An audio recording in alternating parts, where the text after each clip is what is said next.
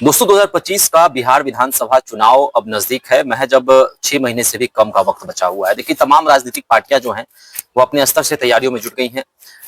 जो भी पार्टियां हैं वह प्रत्याशियों का नाम अभी तक उन्होंने नहीं खोला है, लेकिन कई पार्टियां ऐसी हैं जिन्होंने, जो नई पार्टियां हैं, उन्होंने 243 विधानसभा सीटों पर जिन जिन सीटों से उन्हें चुनाव लड़ना है उसका ऐलान उन्होंने कर दिया है।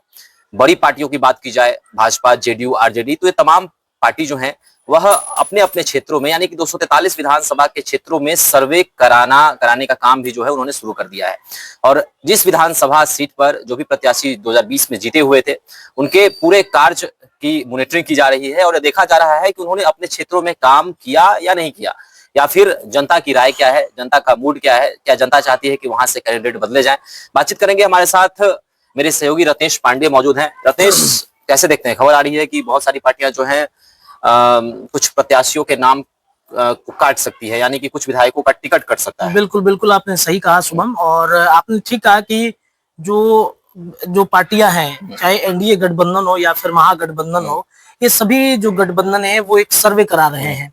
और ये सर्वे का काम ये नया नहीं है, ये लगभग जनवरी से ही शुरू हो रहा है। सर्वे का काम जनवरी महीने से ही, जब ये साल की शुरुआत हुई 2025 की, तब से सर्वे का काम शुरू किया जा चुका है।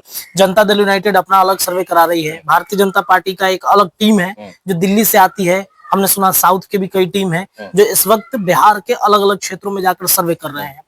राष्ट्रीय जनता दल अपने हिसाब से, हरियाणा की टीम, संजय यादव की टीम है, तो वो बुलाते हैं और वहां पर आकर ग्राउंड जीरो पे भेजकर वो सर्वे कराते हैं कि सर्वे में किस विधायक की क्या स्थिति है, ग्राफ कैसा है, जनता के बीच रहते हैं कि नहीं रहते हैं। हालांकि ये काम आसान तो उनकी ज्यादातर तो मीडिया कर देती है, क्योंकि मीडिया भी जब जाती है क्षेत्र में तो पता चलता है कि कौन से उनके विधायक अच्छा कर रहे हैं, कौन से नहीं कर रहे हैं। बहरहाल सर्वे टीम होती है, उसका एक अलग काम होता है। वो आपके हमारे बीच ही रहेंगे, बातचीत करने के दरमियान पता चलता है, चौक चौराहे पर, नुक्कड़ पर जाकर बैठते हैं और पता करते हैं कि क्या स्थिति है विधायक की वहां पर। तो बीजेपी हो, जनता दल यूनाइटेड हो, या फिर लोक जनशक्ति पार्टी हो जो चिराग पासवान की पार्टी है, वीआईपी है, या फिर राष्ट्रीय जनता दल है, लालू प्रसाद यादव तेजस्वी की पार्टी है, हिंदुस्तानी अवाम मोर्चा है, उपेंद्र कुशवाहा की पार्टी, सभी अपने अपने हिसाब से जो है वो कर रहे हैं।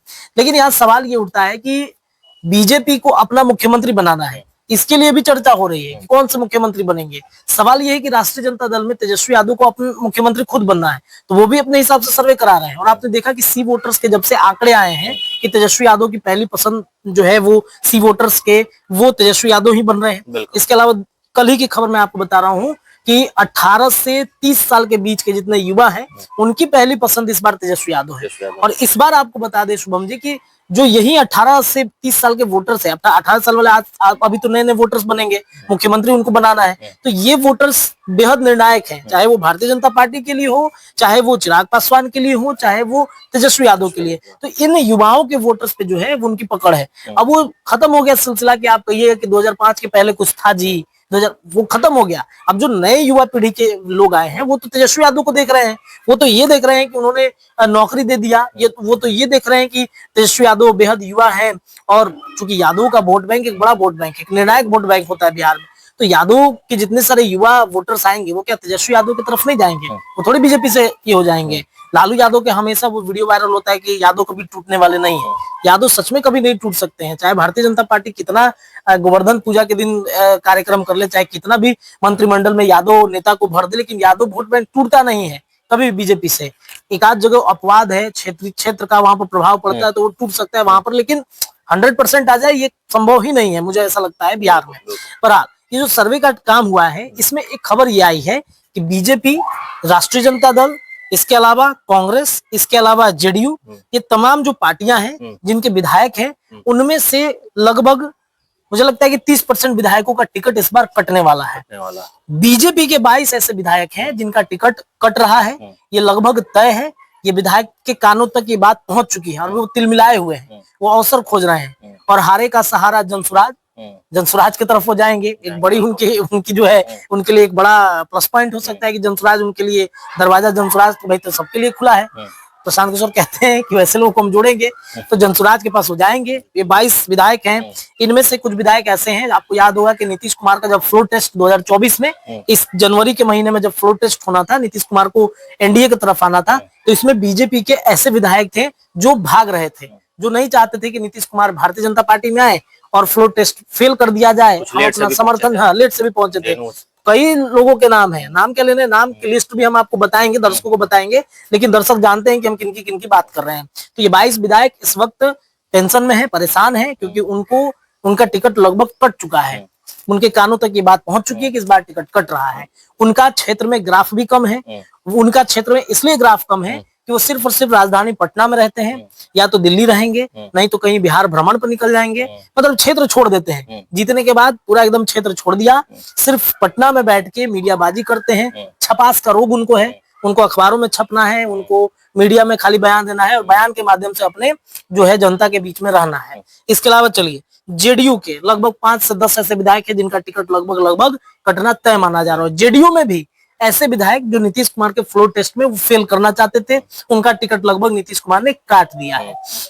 नीतीश कुमार के पास कितना भी पैरवी पहुंचाइए, लेकिन नीतीश कुमार याद रखते हैं कि जिसने मुझे दर्द दिया, दर्द जख्म दिया है, उस जख्म को आप कितना भी भरने की कोशिश कर लीजिए, लेकिन वो भूलते नहीं हैं। 5 से 10 ऐसे विधायक हैं जिनका टिकट जनता दल यूनाइटेड काट रही है, और वही स्थिति है। सर्वे टीम ने बताया है कि इनको भी छपास का बीमारी है, सिर्फ छपने का रोग है, पेपर में छपना है, मीडिया में छपना है, पटना में अपने आवास में बैठकर सिर्फ बयानबाजी करना है, और उस बयानबाजी के आधार पर चाहते हैं कि क्षेत्र की जनता वाह विधायक जी करेगी। तो जनता चालाक है, ये जानती है कि मुझे किस विधायक को जिताना है, किसे नहीं जिताना है। तीसरा हम आते हैं राष्ट्रीय जनता दल, आरजेडी के 15 विधायक, ये हम दावा नहीं कर रहे हैं, लेकिन ऐसी चर्चा है कि 15 विधायकों का टिकट लगभग ये हो सकता है, संख्या बढ़ भी सकता है, घट भी सकता है।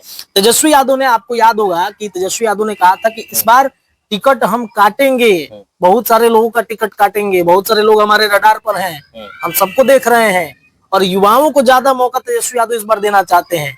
तो तेजस्वी यादव ने भी अपने सर्वे टीम को एक्टिव किया, तो पता चला कि ये विधायक हैं जो सिर्फ और सिर्फ राजधानी में रहना चाहते हैं, सिर्फ एसी में बैठना चाहते हैं। देखिए, तेजस्वी यादव मुख्यमंत्री बनना चाहते हैं, तो उनको मेहनत कर रहे हैं, कर भी रहे हैं, क्षेत्र में जा रहे हैं, तो वो चाहते हैं कि हमारे विधायक भी जाए, हमारे काम का प्रचार प्रसार करें। आपको याद होगा शुभम जी, जब तेजस्वी यादव भी कुछ दिन पहले बिहार यात्रा पर जब निकले थे, तो मुझे अच्छे से याद है कि बंद कमरे में कार्यकर्ता सम्मेलन, आपको याद होगा, हर जिले में कार्यकर्ता सम्मेलन कर रहे थे। तो मुझे याद है कि बंद कमरे में जो स्थानीय विधायक थे उनको खूब डांट भी रहे थे, क्लास भी लग रहा था, तेजस्वी यादव लगा रहे थे क्लास। तो उसमें मुझे तो ये भी पता है सीमांचल के कुछ क्षेत्रों के विधायकों का टिकट कट सकता है जहाँ पे जीते हैं, हालांकि मात्र वहां पर 2 ही जीते हैं विधायक, 2 से 4 ही विधायक जीते हैं। इसके अलावा आपको बता दें कि कई ऐसे क्षेत्र जहाँ पे विधायकों का टिकट कटेगा, कई नए लोग आएंगे। अब आते हैं कांग्रेस पर। कांग्रेस के 19 तो ऐसे विधायक हैं, 19 में से आपको बता दें कि 2-3 विधायक जो हैं वो, मुझे लगता है कि 1 से 2 विधायक फ्लोर इधर आ गए हैं, एनडीए गठबंधन में समर्थन कर दिया है उन्होंने, तो उनका तो टिकट लगभग कटना तय है। 5 विधायकों का नाम है, वो नाम कौन है वो हम बताएंगे, लेकिन 5 विधायकों का आया है कि टिकट कट सकता है। इसके अलावा जेडीयू का हमने बता ही दिया, आरजेडी का बता ही दिया, यानी कि बीजेपी के 22, आरजेडी के 15, कांग्रेस के 5, जेडीयू के 5 विधायकों का टिकट लगभग कटना तय है। एक और बात हम बता देते हैं, बिहार में बीजेपी वैसे जगहों पर टिकट काटेगी जिस जगह पर डैमेज हुई थी। 2020 के विधानसभा चुनाव में शाहाबाद की 22 सीटें हैं, 22 में से मात्र 2 सीटें शुभम जी जीती है बीजेपी, और इस वजह से बीजेपी को पता है कि शाहाबाद में मुझे क्या करना है। और शाहाबाद इस बार आपने देखा लोकसभा में क्या हुआ, शाहाबाद में लगभग सीटें हार गई बीजेपी, और इस वजह से बीजेपी शाहाबाद के क्षेत्रों में वहां पर ज्यादा मजबूत है, मतलब मजबूत तरीके से ध्यान देना चाहती है, और वहां पे जो विधायक काम नहीं कर रहे उनका टिकट वो काटेगी। तो ये लिस्ट था हमारे पास कि बीजेपी के 22 विधायक, आरजेडी के 15, हालांकि आरजेडी में संख्या बढ़ भी सकता है, घट भी सकता है, कांग्रेस के 5, इसमें भी आगे पीछे हो सकता है, जेडीयू के 5 विधायक जो फिक्स है, इनका कटेगा ही कटेगा। देखिए यही लिस्ट है हमारे पास। 2024 लोकसभा चुनाव की बात की जाए तो आरजेडी ने काफी विलंब से टिकट बांटा था, काफी विलंब से जो है प्रत्याशियों के नामों की घोषणा की थी। तो क्या विधानसभा चुनाव में आरजेडी को इतना विलंब नहीं करना चाहिए, देर नहीं करना चाहिए प्रत्याशियों के नाम बोलने में? शुभम जी हम बता देते हैं आपको कि मैंने बताया है कि सर्वे टीम के आधार पर टिकट बांटी जाएगी। सर्वे टीम जो कहेगी कि हाँ इनका ग्राफ ठीक है, कैंडिडेट है विधानसभा क्षेत्र में, वो तैयारी कर रहे हैं, उनको पता है कि आपको तैयारी करनी है, उनका सर्वे किया जा रहा है। और तेजस्वी यादव इस बार भी टाइम लेंगे, इस बार भी जल्दबाजी में नहीं बांटेंगे, इस बार तो और टाइम समय ले सकते हैं तेजस्वी यादव। इसलिए समय ले सकते हैं कि 24 में जो उन्होंने प्रयोग किया कुशवाहा वोट बैंक की एक बड़ी सेंधमारी हो गई बीजेपी से, एनडीए गठबंधन से। तो इस बार तेजस्वी यादव और ज्यादा टाइम लेंगे और ज्यादा एक्सपेरिमेंट करेंगे कि हम कुशवाहा को अगर देते हैं तो वहां पर क्या परिणाम आता है, क्या रिजल्ट आता है। तो वेट एंड वॉच की स्थिति में रहेंगे, देखेंगे बीजेपी कौन प्रत्याशी को उतारना चाह रहा है, फाइनल कर रहा है, उसके अनुसार अपना प्रत्याशी देंगे, ताकि उनका प्रत्याशी भारी पड़े एनडीए गठबंधन पे। क्योंकि इस बार तेजस्वी यादव को येन केन प्रकरण उस कुर्सी पर पहुंचना है जिस कुर्सी के लिए वो मेहनत कर रहे हैं। अब तो तेजस्वी यादव के बारे में ये नहीं कहा जा सकता है कि 9वीं फेल है, तेजस्वी यादव के पास ज्ञान नहीं है।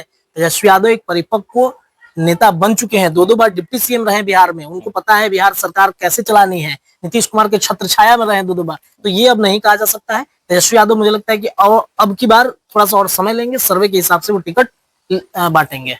चलिए, तो बड़ी खबर है कि जो भी विधायकों ने अपने क्षेत्रों में काम नहीं किया है उनका टिकट कटेगा। हर पहलुओं पर ध्यान दिया जा रहा है।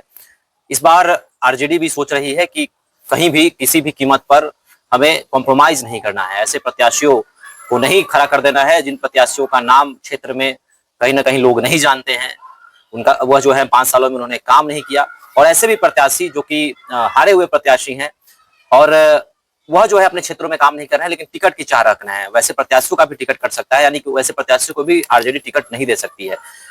रत्नेश ने भी कहा कि युवाओं को अधिक से अधिक टिकट देना चाह रही है आरजेडी और इस आधार पे काम भी किया जा रहा है। आरजेडी लगातार तमाम चीजों का मॉनिटरिंग भी कर रही है। आपको क्या लगता है ये तमाम चीजें जो हो रही हैं इससे तमाम पार्टियों को कितना लाभ होगा और इस बार किसकी सरकार बनने जा रही है? आपके अनुसार आप हमारे साथ कमेंट सेक्शन में बता सकते हैं। धन्यवाद।